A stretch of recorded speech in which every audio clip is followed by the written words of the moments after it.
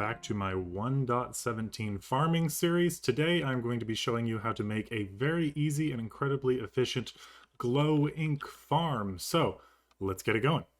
So this is the farm right here, and as you can see, it is basically just a pit in the ground filled with water with axolotls in it, and that is because axolotls kill glow squids. Now, the most interesting thing to know about this is the spawning conditions for glow squids. They can spawn below Y63 at light level 0 in water. So all down here is water sources, everything down here. And they also have to have stone within 5 blocks underneath of where they spawn. So that's why this pit is 1, 2, 3, 4, 5 deep. This layer does not count because it's flowing water and it's above the line. So these are the spaces that they're going to be spawning in. Now, an important thing to note is the spawning conditions for axolotl and glow squid are exactly the same. So there's no way to just spawn one of them, at least that I have been able to figure out. So no matter what you do, you're going to have both spawning. So we have to rely on despawn at a certain point for the axolotls that are going to spawn in here.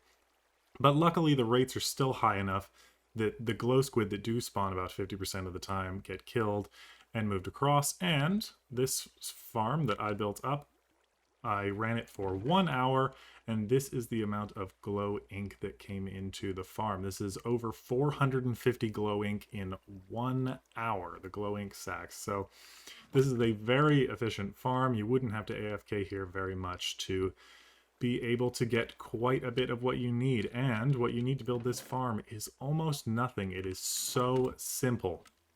So the mechanics that this works on, I have explained that you need to dig a hole, you need to fill it with water, and then you need to make the flowing water across the top. The axolotls kill the glow squids. Their ink sacs float up to the top because of water mechanics, and then they are pushed across into the hoppers over here and picked up. And this wall stops the axolotls and glow squid from escaping while we're still able to get their items. Now, this has to be at light level 0, which is why if you look up, this is probably the most difficult part of this farm. You can build this underground. You can build the light stopper closer down to the ground so it doesn't have to be quite that high. I just put it up that high because that is actually how high you have to AFK for this farm. But even just look at that. I flew up for a tiny bit and you can see a glow squid has already spawned. And any second now they will kill it. And its ink is dropped. It will slide over and then it will slowly float back up and get picked up by the hoppers, which we will see here in just a second. And that is everything that makes this farm work. Up and over and picked up and into the chest.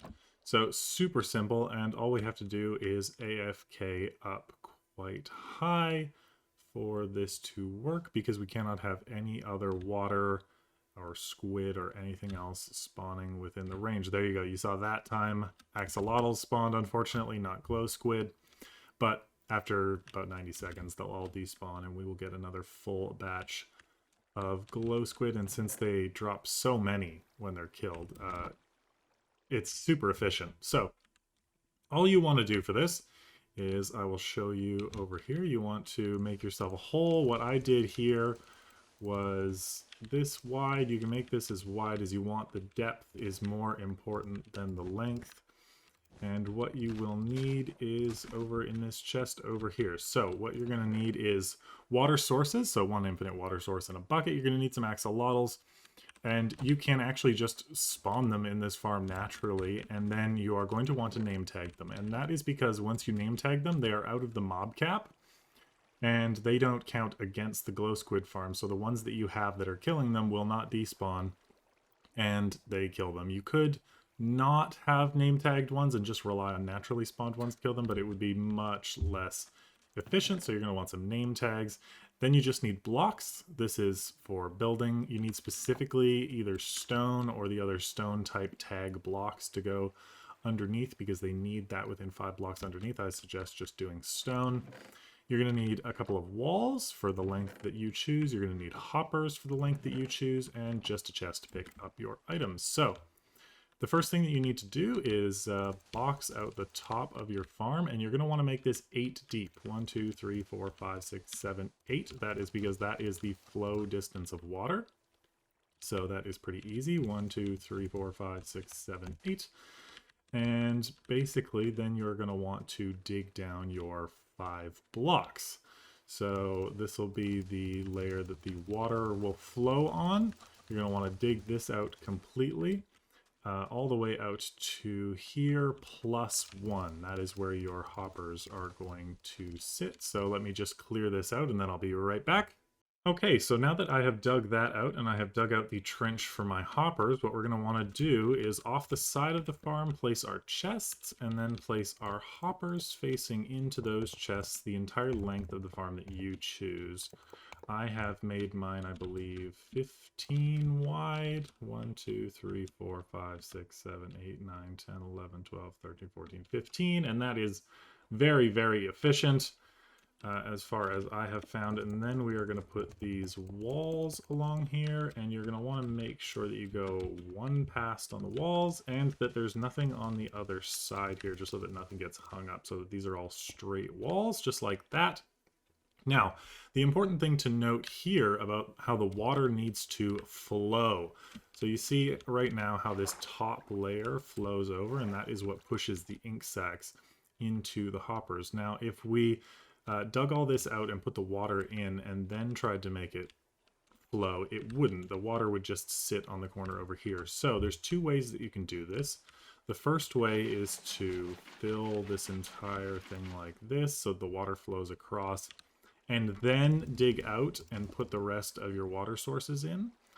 Or you can dig all of this out first and then just lay any type of scaffolding block, just say some stone, on the second level here. Place your water across and then just dig that out because everything underneath would already be done.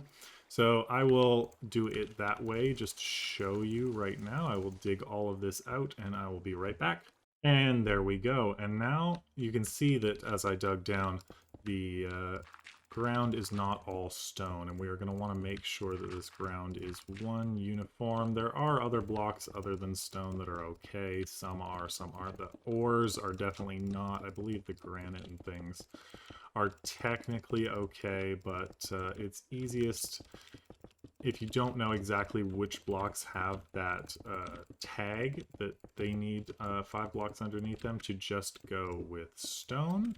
So there we go, and then we would want to fill in all of this with water, up 4 blocks, just like that. That will do water sources. I believe you just have to go across this side and then across this side, and it'll make water sources. So we would do this for 4 blocks.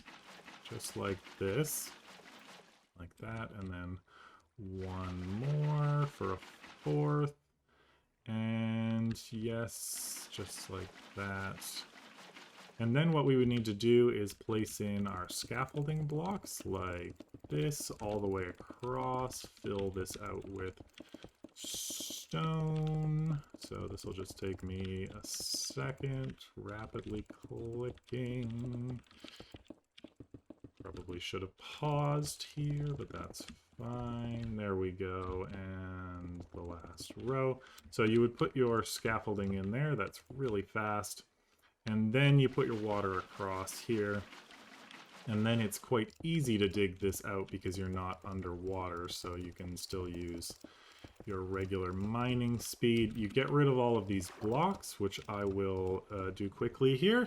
And there they are, they're all gone. And then we just want to make sure that we come that 1 block down and fill this layer in with our water sources so that everything here is sources so that items do float up. And then that is the farm pretty much complete, other than the fact that we need to be at 0 light level. So you can either go up like I did there and cover the entire thing from high up, or you can just cover it from this level, and it just needs to be dark in there. There's no other conditions.